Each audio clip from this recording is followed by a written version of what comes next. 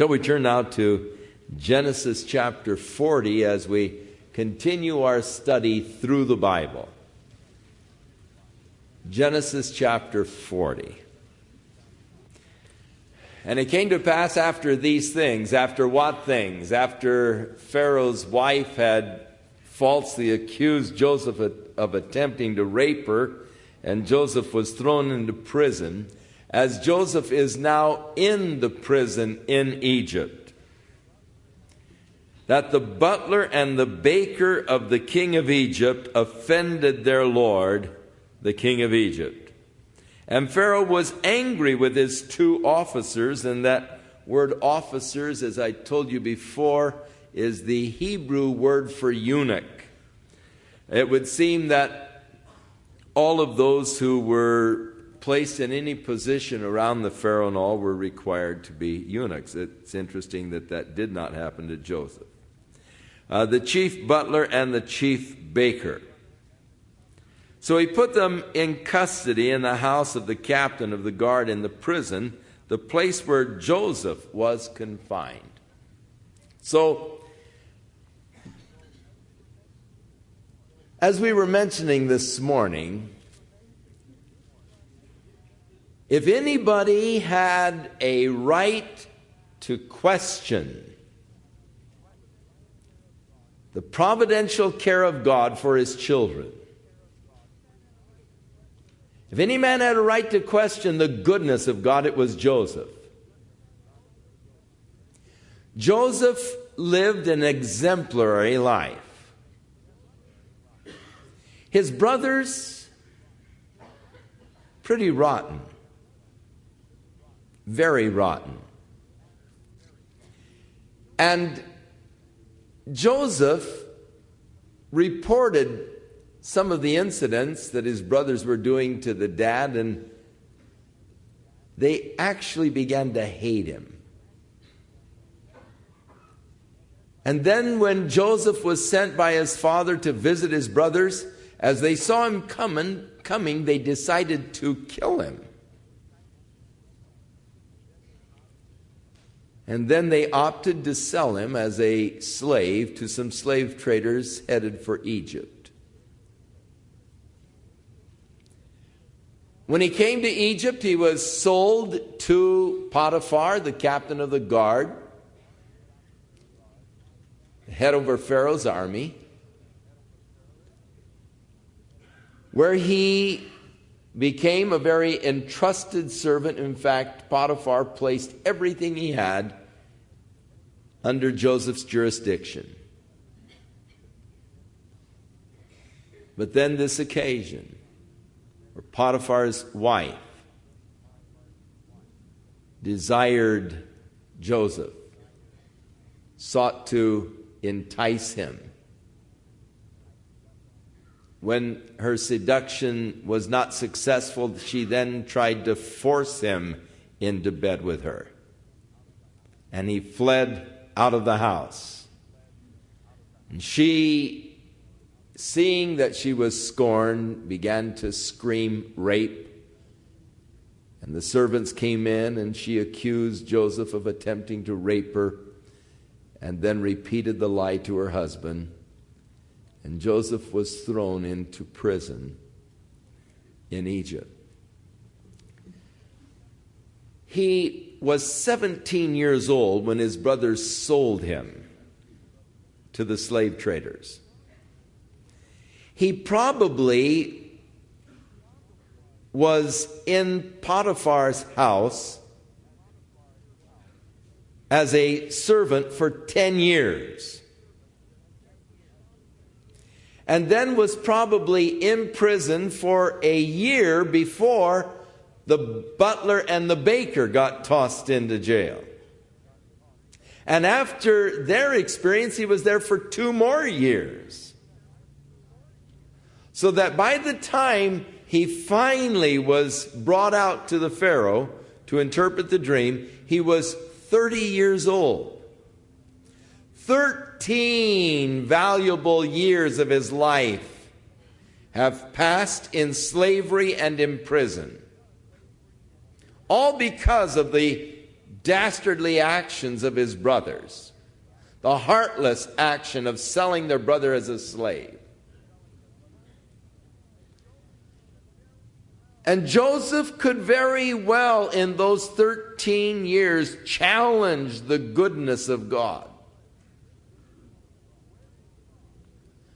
Where is God in all of these things? If God is so good, then why, when I've only tried to do what was right, when I was resisting temptation, why would God allow me to be imprisoned because of the false accusations of this hussy?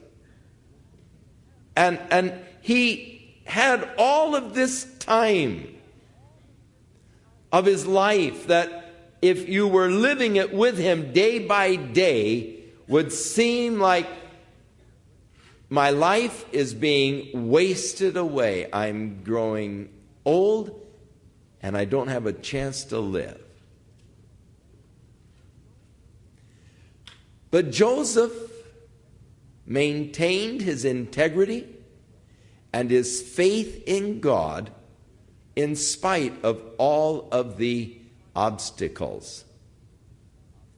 When this woman sought to seduce him, he said, "How can I do this great wickedness against God? Sin against God." And he was conscious of God, even though it would appear that God had forsaken him. God allowed his brothers to sell him as a slave. And yet he was still aware and conscious of God and lived in that consciousness of God.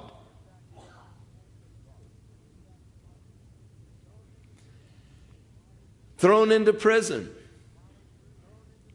He is a model prisoner. Finally, they have more or less placed him in charge over the prison. And he is running the prison when the butler and the baker came into disfavor of the Pharaoh. Now, it could be, and this is only supposition, it could be that they discovered some poison and realized that someone was out to poison the king. And the two likely suspects were the butler and the baker. The butler maybe is going to put the poison in the king's cup, or maybe the baker is going to put it in the pastries. Whatever the cause, these two men were thrown into prison. And in prison, they came under Joseph's scrutiny and Joseph's supervision, because the keeper of the prison had placed everything into Joseph's care.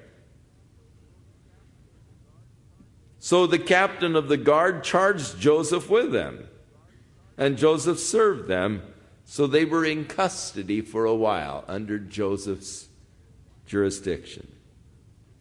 Then the butler and the baker of the king of Egypt, who were confined in the prison, dreamed a dream, both of them, each man's dream in one night, and each man's dream with its own interpretation. And Joseph came in to them in the morning, and he looked at them, and he saw how that they were sad. Joseph was a very observant man. He had charge of these men. He saw that they were dejected, and he said, "What's wrong with you guys? What's the matter with you? Why do you look so sad, dejected today?" And they said to him, "We've each of us had a dream, and we have no one to interpret it for us." And Joseph said, "Don't the interpretations belong to God?" You see, still, after a year or more in prison, there is that consciousness and awareness of God. Even though all of these obstacles seem to be against him and mitigate against the goodness of God, still he is aware of God. And don't interpretations belong to God? Tell me your dreams.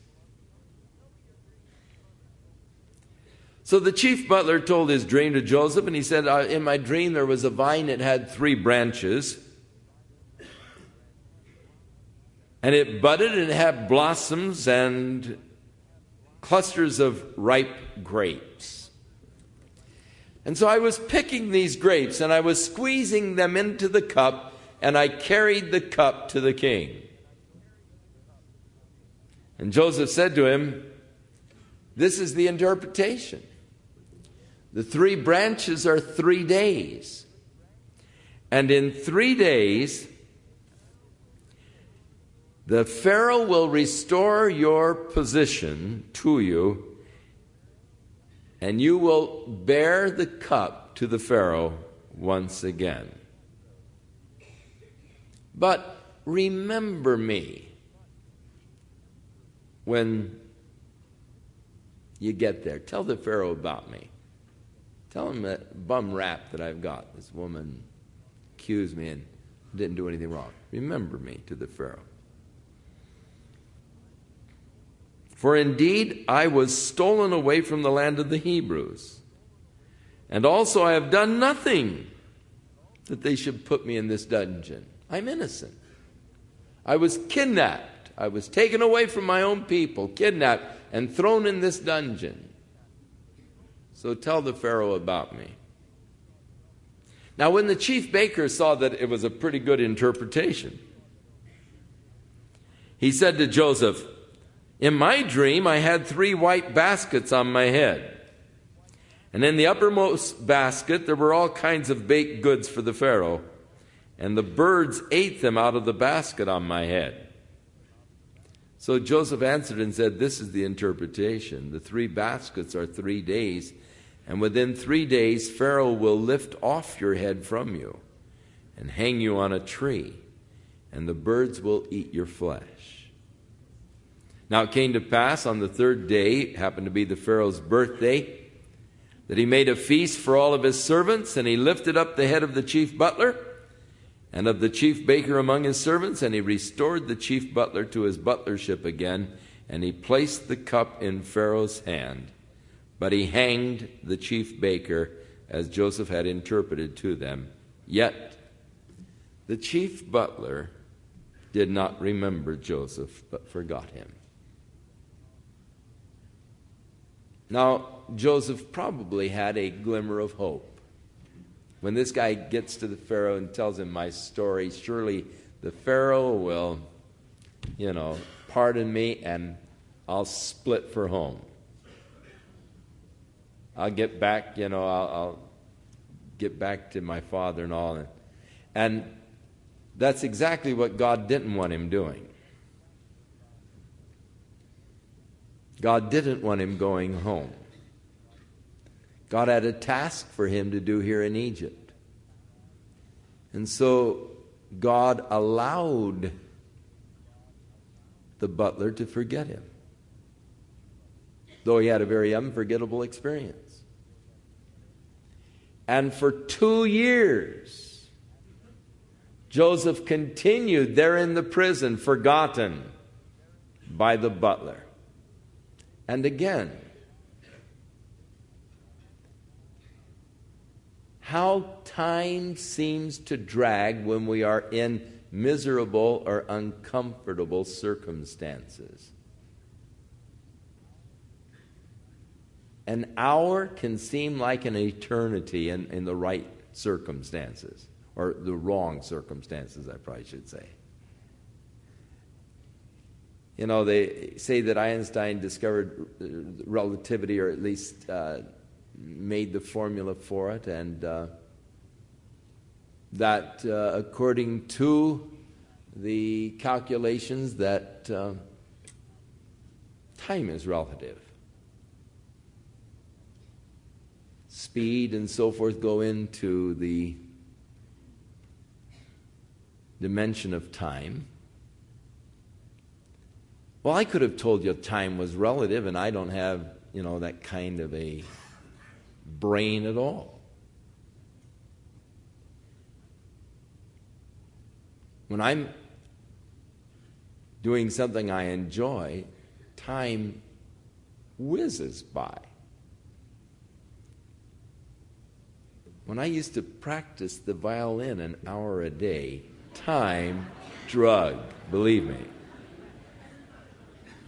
man, after I practiced violin, I'd go out and play ball. And man, before you knew it, it was dark. I mean, time flew out playing ball. But it just drug playing the violin. You do something you enjoy, time flies. Do something you don't care too much about, and time has a way of really dragging. Well, imagine Joseph now, for 2 years longer in the prison. Time dragging on, the days into weeks, the weeks into months, the months into years. Where is God? I can believe that Joseph had been praying the whole while that God would free him, that God would plead his case, that God would work in his behalf. He trusted in God. But it seemed like heaven was silent, that God was deaf. And surely he had a right to challenge the goodness of God, the love of God.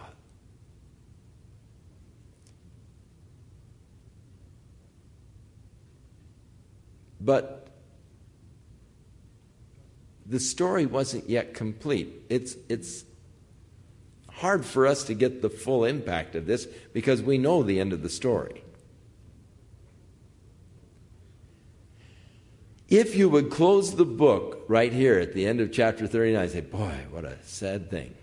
He's forgotten. There he is. Tragic.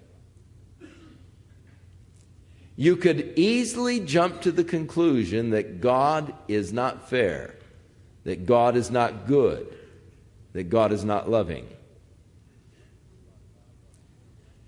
When you see the rest of the story and you see it unfolding as it begins to unfold in chapter 41 and then further unfolds in 42, as you see the unfolding of the story, then you say, God is so good.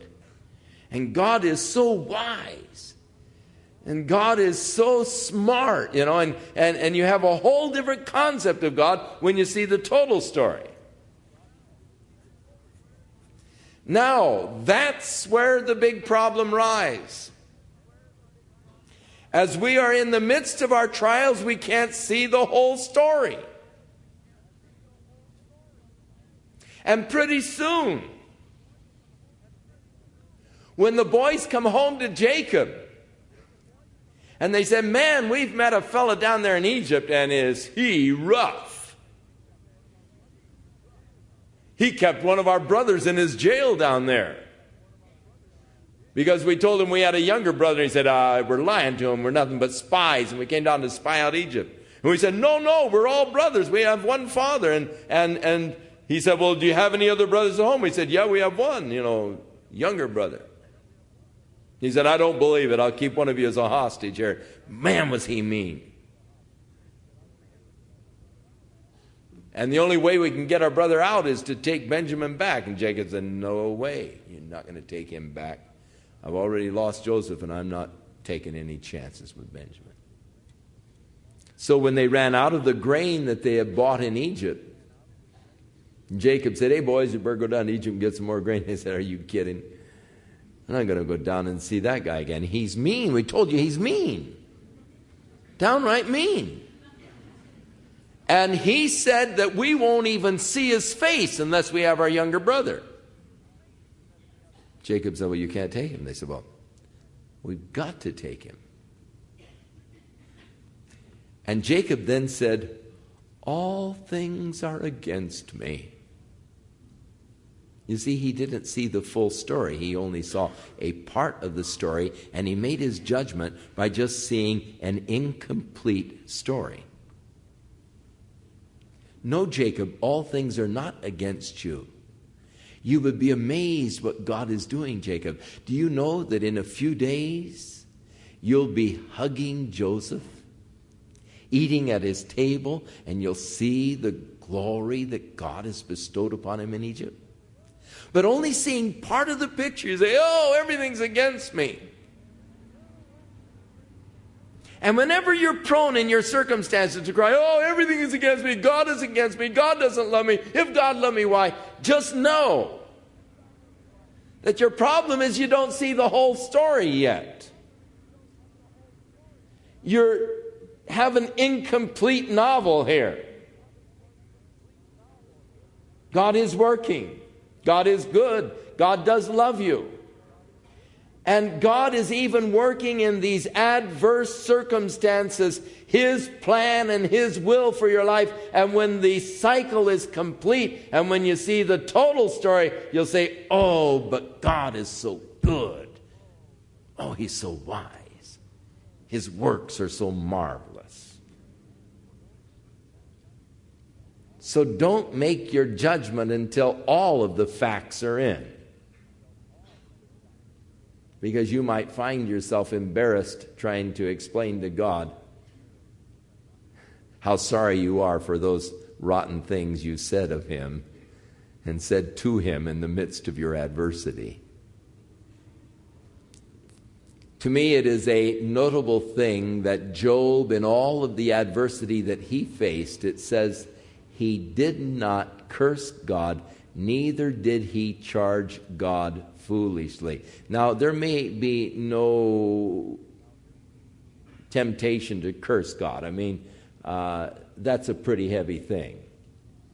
A man gets so embroiled in his problems that he actually curses God. That I think is beyond your capacity. But charging God foolishly, that's something else, isn't it? What is it to charge God foolishly? God doesn't love me. If God loved me, then why would this happen to me? I don't think that God cares for me at all. I don't think that God is interested in me.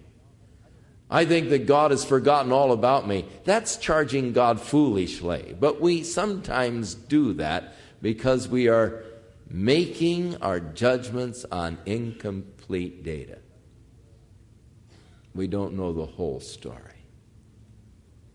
But now, in chapter 41, the story begins to emerge. It came to pass at the end of 2 full years that Pharaoh had a dream.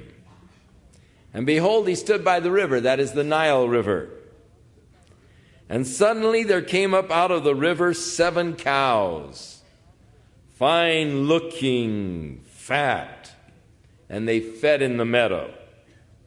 Then behold, 7 other cows came up after them out of the river, ugly, gaunt. And they stood by the other cows on the bank of the river, and the ugly and gaunt cows ate up the 7 fine-looking and fat cows. And Pharaoh woke up. And then he went back to sleep, and he dreamed a second time. And suddenly 7 heads of grain.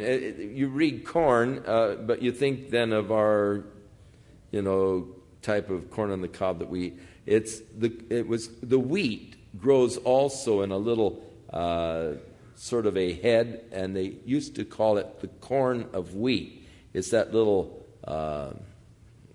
head of wheat, actually. And so it's really talking about the grain and the wheat here.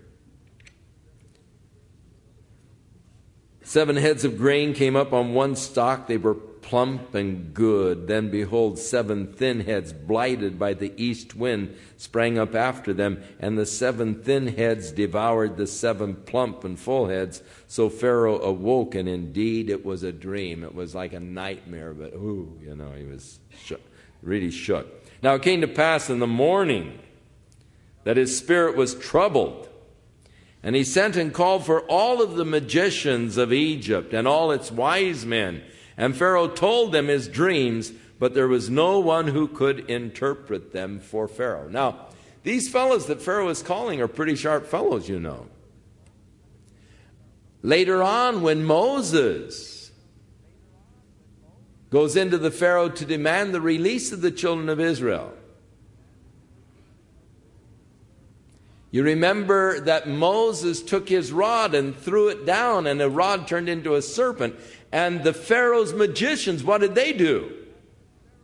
They threw their rods down too, and they turned into serpents. These guys had some pretty powerful demonic stuff going for them. Moses' serpent ate up all their serpents, but greater is he that is in you than he that is in the world. But these guys were really into the magical arts. I mean, these guys were into the occult. They were into Satanism. They were into the spirit realm.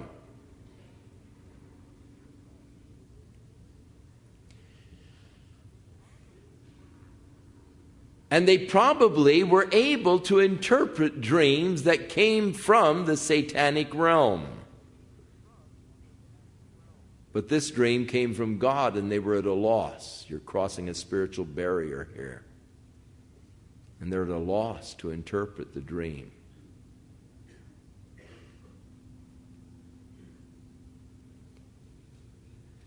And then the chief butler said to Pharaoh, I remember my faults today.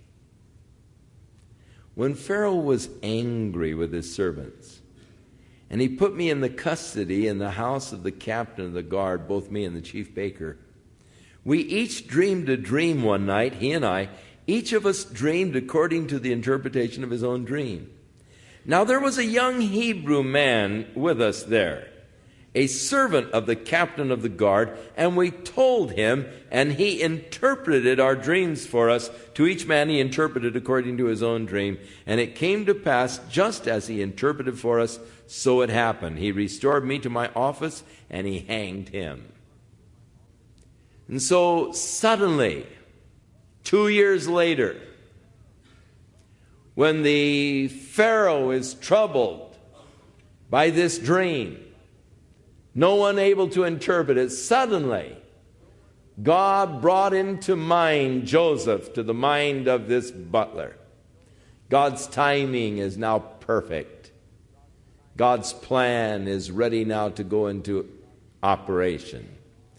It was for this reason that God put in the minds of Joseph's brothers that evil thought to sell him as a slave. It was for this reason that that woman set her eyes upon Joseph and cried rape when he refused to be seduced. It was for this reason that Joseph has spent time in jail, in order that he might meet the butler. And that's the reason why the Pharaoh was angry with the butler, to get him in jail, that he might meet Joseph. God is behind the scenes working out his plan all the way along. Even as God is behind the scenes in your life, if you're a child of God, and he's working out details and plans of which you know nothing at all. But one day, when you see the fruition, you'll say, wow. Do you realize that if we hadn't been there at that time, we wouldn't have met them? And if we had not met them, then this and this and this. Ooh. You see how God has been working even when you didn't know it, even when you weren't aware of it. God is controlling the circumstances of our lives. You remember when Daniel came into that drunken Belshazzar, again to interpret the writing on the wall. And Daniel, before he interpreted the writing, gave him a lecture, a stern lecture, concerning the true and the living God. The God, he said, in whose hand your very breath is. You are so close to God. And God so governs over your life that in his hand is your very breath. When Paul stood amidst the Greek philosophers, the Epicureans, there on Mars Hill, standing above the forum down below, the agora, the marketplace, where you could see the great temples on either end, Juno and Athena. And up above you could see that great temple built on the Acropolis there. And Paul said, You are very religious people. I've been going through your streets. I've been observing your worship. I've seen all of the altars that you have. And as I was walking down the street there in the marketplace, I saw an altar, and it was inscribed to the unknown God. I'd like to tell you about that God. He is the God who created the whole universe.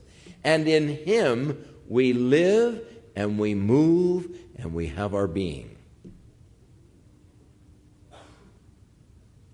God is working out details and circumstances in your life. Jesus said there's not a sparrow that falls to the ground, but what your Father isn't aware of it. Now, if your Father is that aware of sparrows, how much more is He aware of you and the situations of your life? One thing that Jesus taught us, and that is God's complete concern for man. With the very intricate details of man. Such trivia as how many hair there are on your head. God knows your life fully and completely. And God is bringing about the circumstances of your life. And now with Joseph, we're about to see the plan of God unfolding. And we'll begin now to understand a little bit better as we get to this stage, as we get to this chapter. Now we begin to understand a little bit of the hardship and of the grief and the sorrow and the problems that he faced earlier on in his life.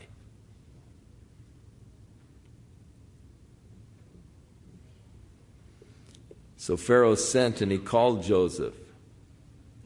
And they brought him hastily out of the dungeon. And he shaved. Actually, it was an abomination not to be shaved in those days in Egypt. If you would appear before the Pharaoh, there is a code that you should be shaved to appear before Pharaoh. So he shaved and changed his clothes. And he came to Pharaoh. Pharaoh said to Joseph, "I've dreamed a dream. There's no one who can interpret it. But I have heard it said of you that you can understand dreams to interpret them." And Joseph answered Pharaoh, saying, "It's not in me, but God will give Pharaoh an answer of peace." Now, here again, and we find it so many places through the Scripture, these men that were so used of God were men who were never willing to take credit for the gift of God. Yes, he was anointed of God. He had a gift of God. Yes, he could interpret dreams by the power of God. But he wasn't about to take credit for that power himself. It's not in me. When Daniel was brought before Nebuchadnezzar to interpret his dream, same thing. Nebuchadnezzar said to Daniel, "I understand you can interpret dreams." And Daniel said, "No, you've got it wrong, King. I can't interpret dreams. But there's a God in heaven who knows everything. And He is able to give you the understanding of your dream." Giving God the credit for what God has done. Oh, that we would learn to do it. It's such a shame today. A disgrace today. So many people going around taking bows for what God has done. Well, we discovered this formula and we'll be glad to train you and teach you how you too can be a great success. Just put down your money and we'll make a success out of you. We've got the formulas. We've got the answers. And man is so willing to take credit for what God has done. Take glory. Stand up and take the bows. But not these men. It is not in me. God will give Pharaoh the answer of peace. Then Pharaoh said to Joseph, "Behold in my dream," and he repeated his dream to Joseph, how he standing on the bank of the river, saw the 7 fat cows, 7 skinny ones. and the gaunt ones, and how they ate up the fat ones, and the same with the wheat. And so Joseph said to Pharaoh, verse 25, the dreams of Pharaoh are one. There's one interpretation for both dreams. God has shown Pharaoh what he is about to do. God has placed in the heart of kings his mind, his will. Interesting that that's exactly what God did to Nebuchadnezzar. And both of these men were pagan kings. Yet God spoke to them in dreams, revealing the future and what God was about to do.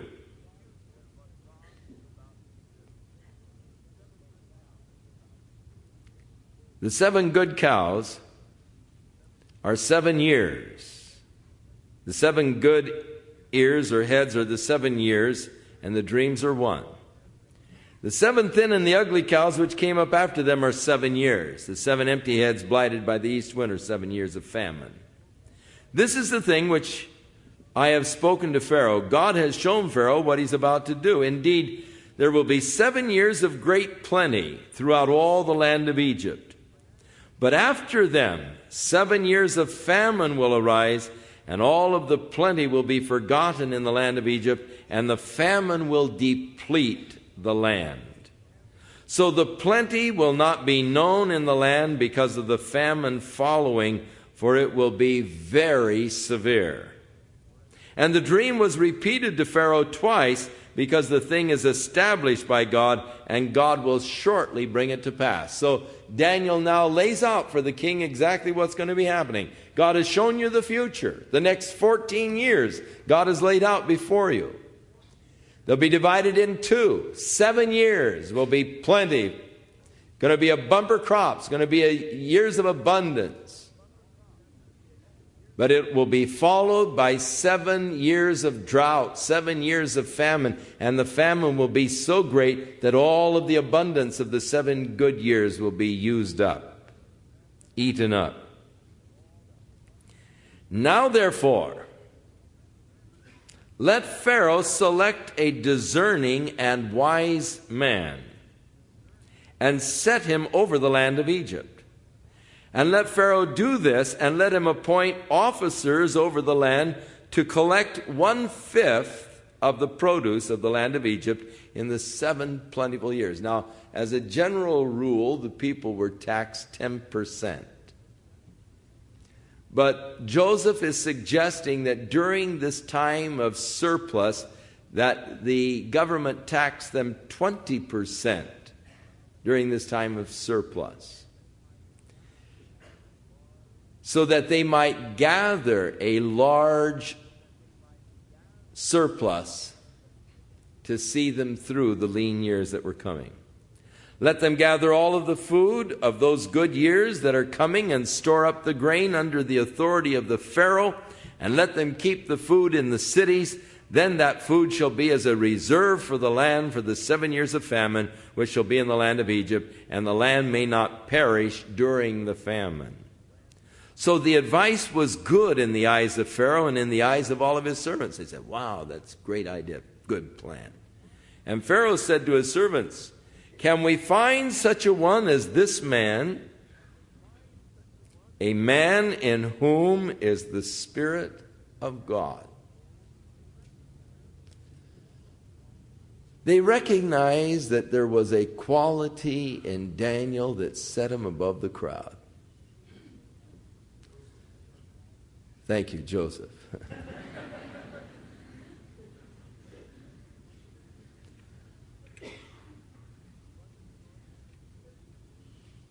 He wasn't an ordinary person.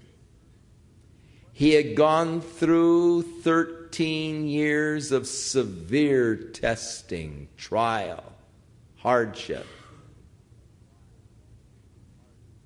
And still, there was that quality about him. Why? Because of the Spirit of God, and it was recognized. Oh, what a difference the Spirit of God makes in our lives.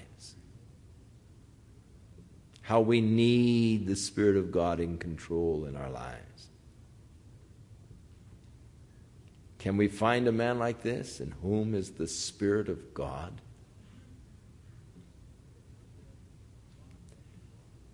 Inasmuch as God has shown you all of this, there is no one as discerning and wise as you. You shall be over my house and over all my people. They will be ruled according to your word. Only in regard to the throne will I be greater than you. And Pharaoh said to Joseph, see, I have set you over all the land of Egypt. Man, talk about rags to riches. Prison to praise. Then Pharaoh took his signet ring and put it on Joseph's hand. Man, that's the authority. Wherever you go, that signet ring, that's the authority of the king. That's the authority of the government. And he gave it to Joseph. And he clothed him in garments of fine linen, put a gold chain around his neck. And he had him ride in the second chariot which he had. And they cried out before him, bow the knee. So he set him over all the land of Egypt. Pharaoh also said to Joseph, I am Pharaoh, and without your consent no man may lift his hand or foot in all the land of Egypt. And Pharaoh called Joseph's name Zaphnath-Paneah.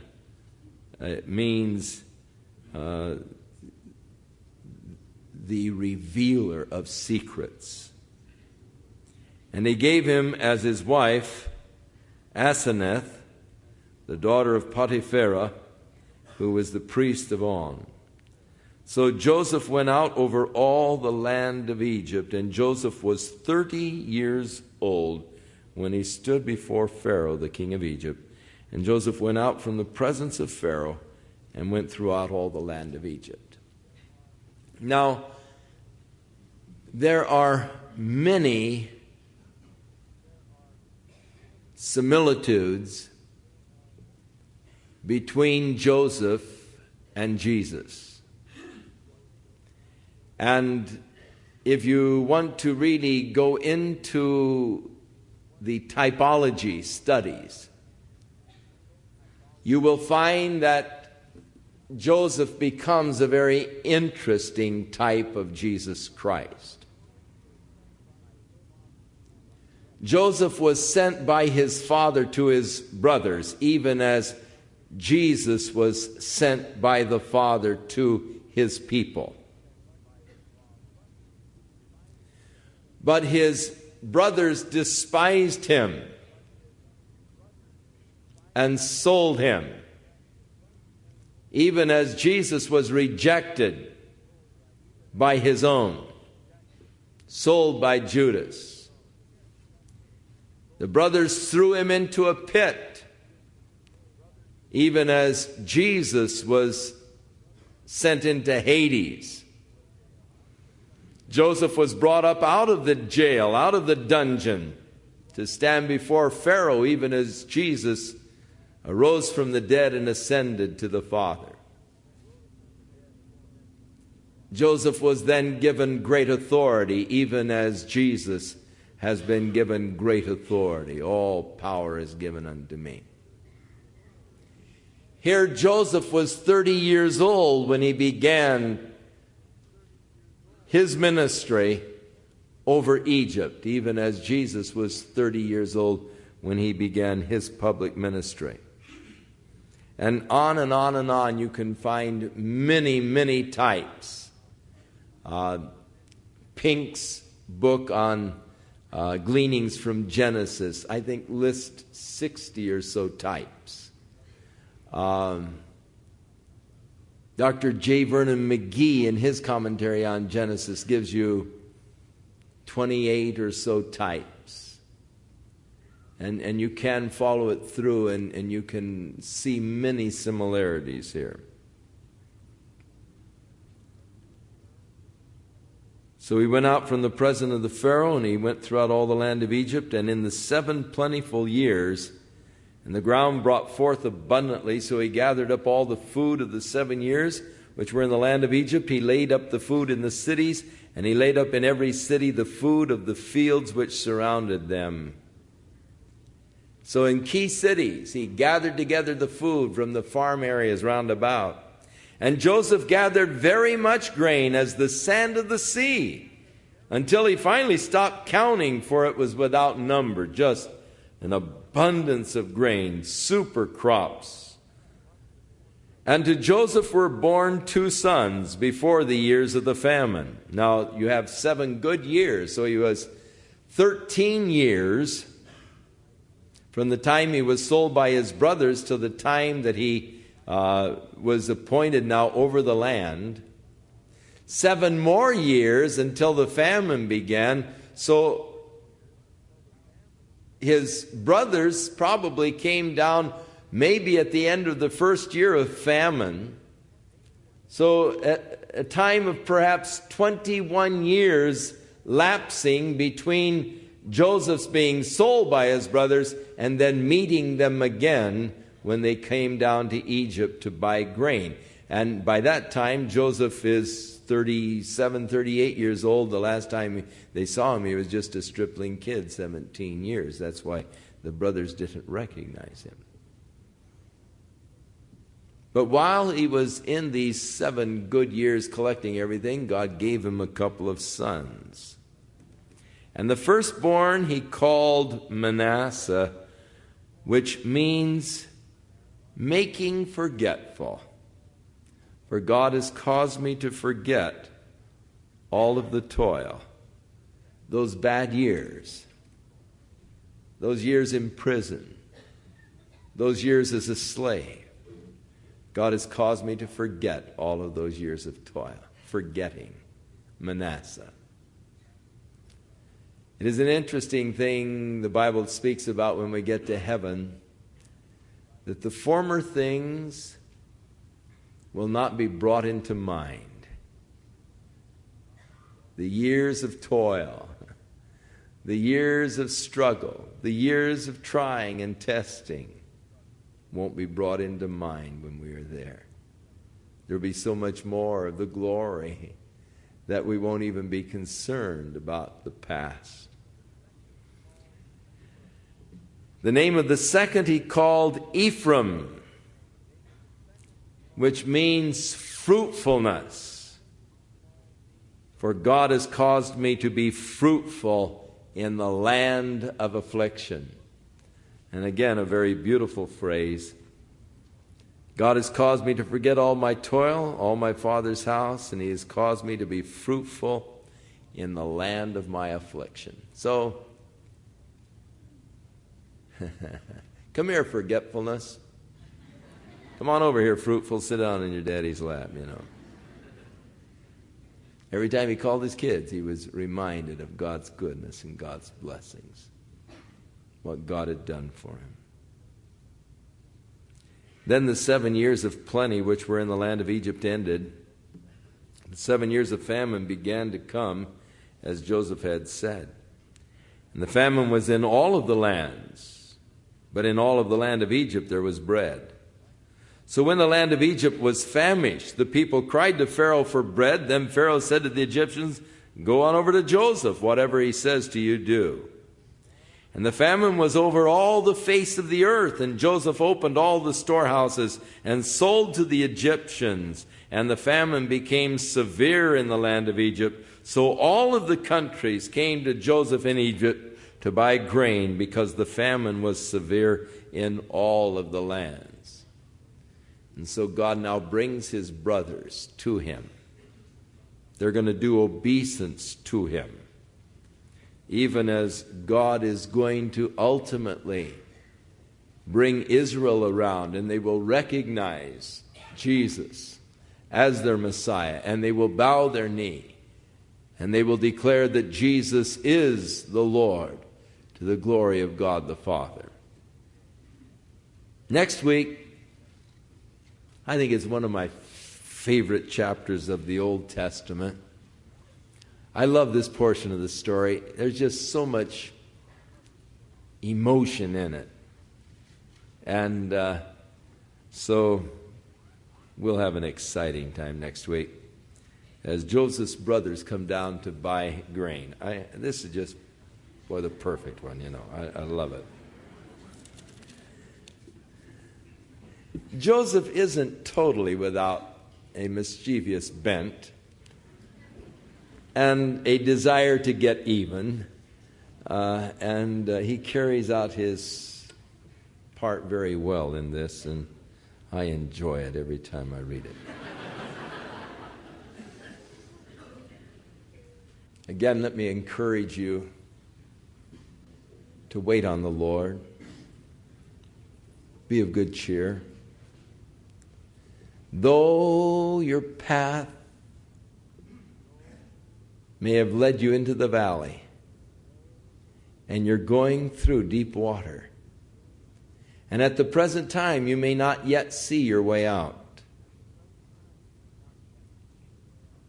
If you're a child of God, His hand will lead you. He will sustain you. He will bring you forth with shouts of joy and victory as you see the full cycle of God's plan worked out in your life. Trust in the Lord with all your heart. Don't lean to your own understanding. It could lead you astray, you see, because you don't have sufficient data yet. There's more to the story. Don't close the book. Don't end the chapter and stop there. Wait for God to bring you into that next chapter where the solution to the puzzle lies. And see the unfolding grace of God in your life and the goodness of God day after day until you say, oh, God is so